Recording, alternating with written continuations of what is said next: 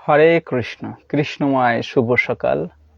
সুপ্রিয় ভক্তবৃন্দ, সকলকে আন্তর্জাতিক কৃষ্ণ ভাবনামৃত সংঘ ইসকন পটুয়াখালী শ্রী শ্রী রাধা মাধব মন্দিরের পক্ষ থেকে সকলকে অনেক অনেক কৃষ্ণ প্রীতি ও শুভেচ্ছা। তো সকলকে সুস্বাগতম আমাদের ধারাবাহিক শ্রী ভাগবতামৃত অনুষ্ঠানে। আজ আগে যুক্ত থাকুন এবং শ্রীমদ্ ভাগবতম শ্রবণের মাধ্যমে পবিত্র দিনটিকে শুরু করুন। হরে কৃষ্ণ। ওম অজ্ঞানতিমিরান্ধস্য জ্ঞানাঞ্জন শলাকায়া চক্ষুরুন্মিলিতং येन তস্मै শ্রী সাদ্বৈতং সাবধূতং পরিজন সহিতং কৃষ্ণ চৈতন্য দেবম শ্রী রাধা কৃষ্ণ পাদান সহগণ ললিতা শ্রী বিশাখানিত্যাংশ নমোয়ম বিষ্ণুপদায় কৃষ্ণপৃষ্ঠায় ভূতলে শ্রীমতে জয় পতাকা নির্বিশেষ শূন্যবাদী পাশ্চাত্য দেশতারিণে বাঞ্ছাকল্পতরুভ্যশ্চ কৃপা সিন্ধুভ্যেব চ পতিতানাং পাবনেভ্যো বৈষ্ণবেভ্যো নমো নমঃ। নমো মহাবদনায় কৃপাবনেশ্বরী বৃষভানুসুতে দেবী প্রণমামি হরিপ্রিয়ে। নীলাচল নিবাসায় নিত্যায় পরমাত্মনে বলভদ্র সুভদ্রাভ্যাং শ্রী জগন্নাথায় তে নমঃ।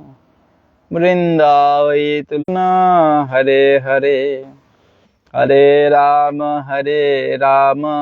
রাম রাম হরে হরে। ওম নমো ভগবতে বাসুদেবায়। ওম নমো ভগবতে বাসুদেবায়। ওম নিত্যং ভাগবতং সেবয়া ভাগবতমে উত্তম শ্লোকে ভক্তির্ভবতি নৈষ্ঠিকী। মুকাম করতি বাচলাম পঙ্গুম লঙ্ঘয়তি গিরিম যৎকৃপা অপার সংসার সমুদ্র সেতুম ভজমাহে ভগবত স্বরূপম। পাদ যদীয় প্রথম দ্বিতীয় তৃতীয় চতুর্থ কথিতয়াতুরু নাবিস্তথা স্বেব ভাতি। হরে কৃষ্ণ কৃষ্ণ কৃষ্ণ হরে হরে হরে রাম রাম রাম হরে হরে। দুষ্ট এবাত্মনিশ্বরে।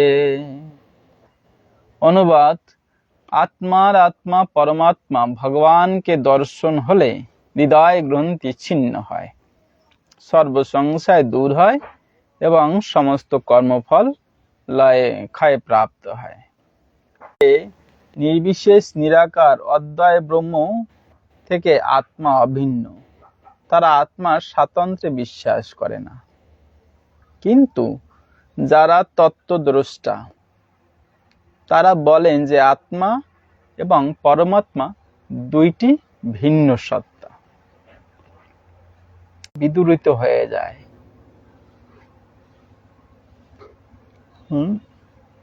অর্থাৎ তাহলে এই যে আমাদের বহু মতবাদ, যেটা বিদূরিত হওয়ার একটাই উপায়, সেটা হচ্ছে কি, ভক্তি যোগের মাধ্যমে যখন শ্রীকৃষ্ণ তত্ত্ব বিজ্ঞান উপলব্ধি হয়, মতবাদ থেকে মুক্ত হওয়ার বা সমস্ত মতবাদকে যে মতবাদের যে কি বলে যে প্রভাব,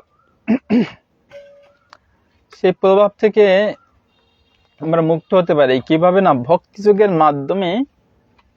এই কৃষ্ণ, সেখানে বলা হয়েছে কৃষ্ণ হয় সূর্য সম মায়া অন্ধকার, যাহা কৃষ্ণ তাহা নাহি মায়ার অন্ধকার।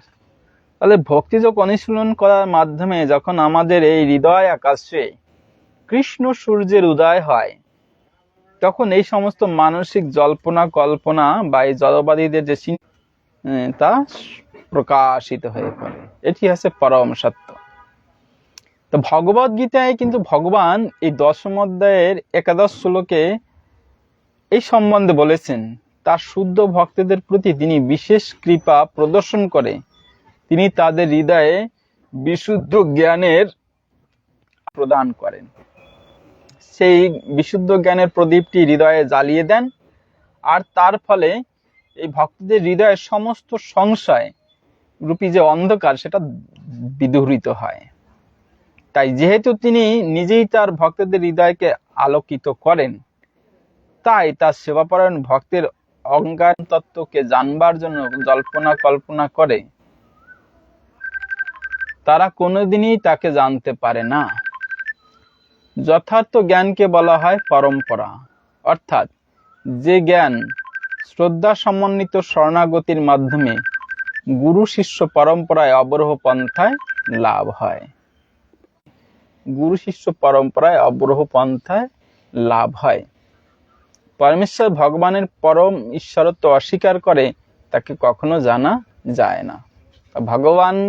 ভগবানের পরম তত্ত্বকে অস্বীকার করে কখনো ভগবান তত্ত্ব সম্বন্ধে জ্ঞান লাভ করা যায় না। এ ধরনের অবিশ্বাসী তাহলে আমরা কিভাবে মায়ায় কবলিত হই না, ভগবান থেকে যখন আমরা স্বতন্ত্র হওয়ার প্রচেষ্টা করি, আলাদা হয়ে যাই, তখনই আমরা মায়ার দ্বারা কবলিত হয়ে পড়ি। ভক্তরা বিনীত, তাই দিব্য জ্ঞান অবরোহ পন্থায় তাদের কাছে নেমে আসে। ভক্তরা কি করেন, তারা বিনয়ী।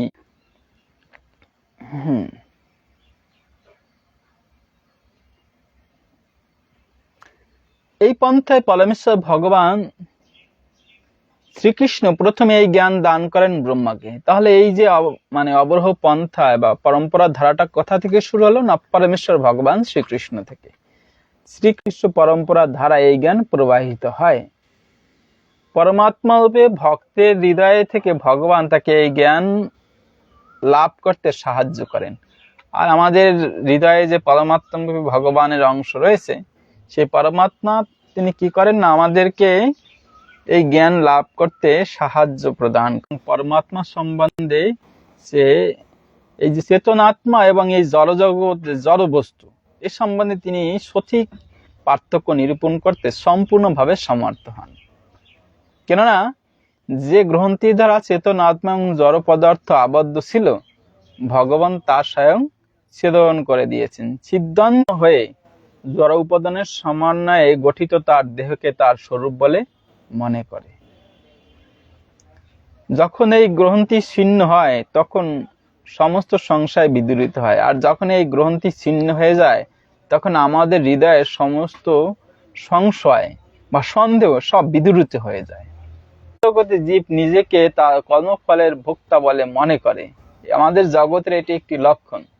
আমরা এই আমাদের কর্মের ফল ভোক্তা বলে নিজেকে মনে করি, কিন্তু এটি আমাদের জন্ম জন্মান্তরের পাপ এবং পুণ্যকর্মের ফল ভোগ করে।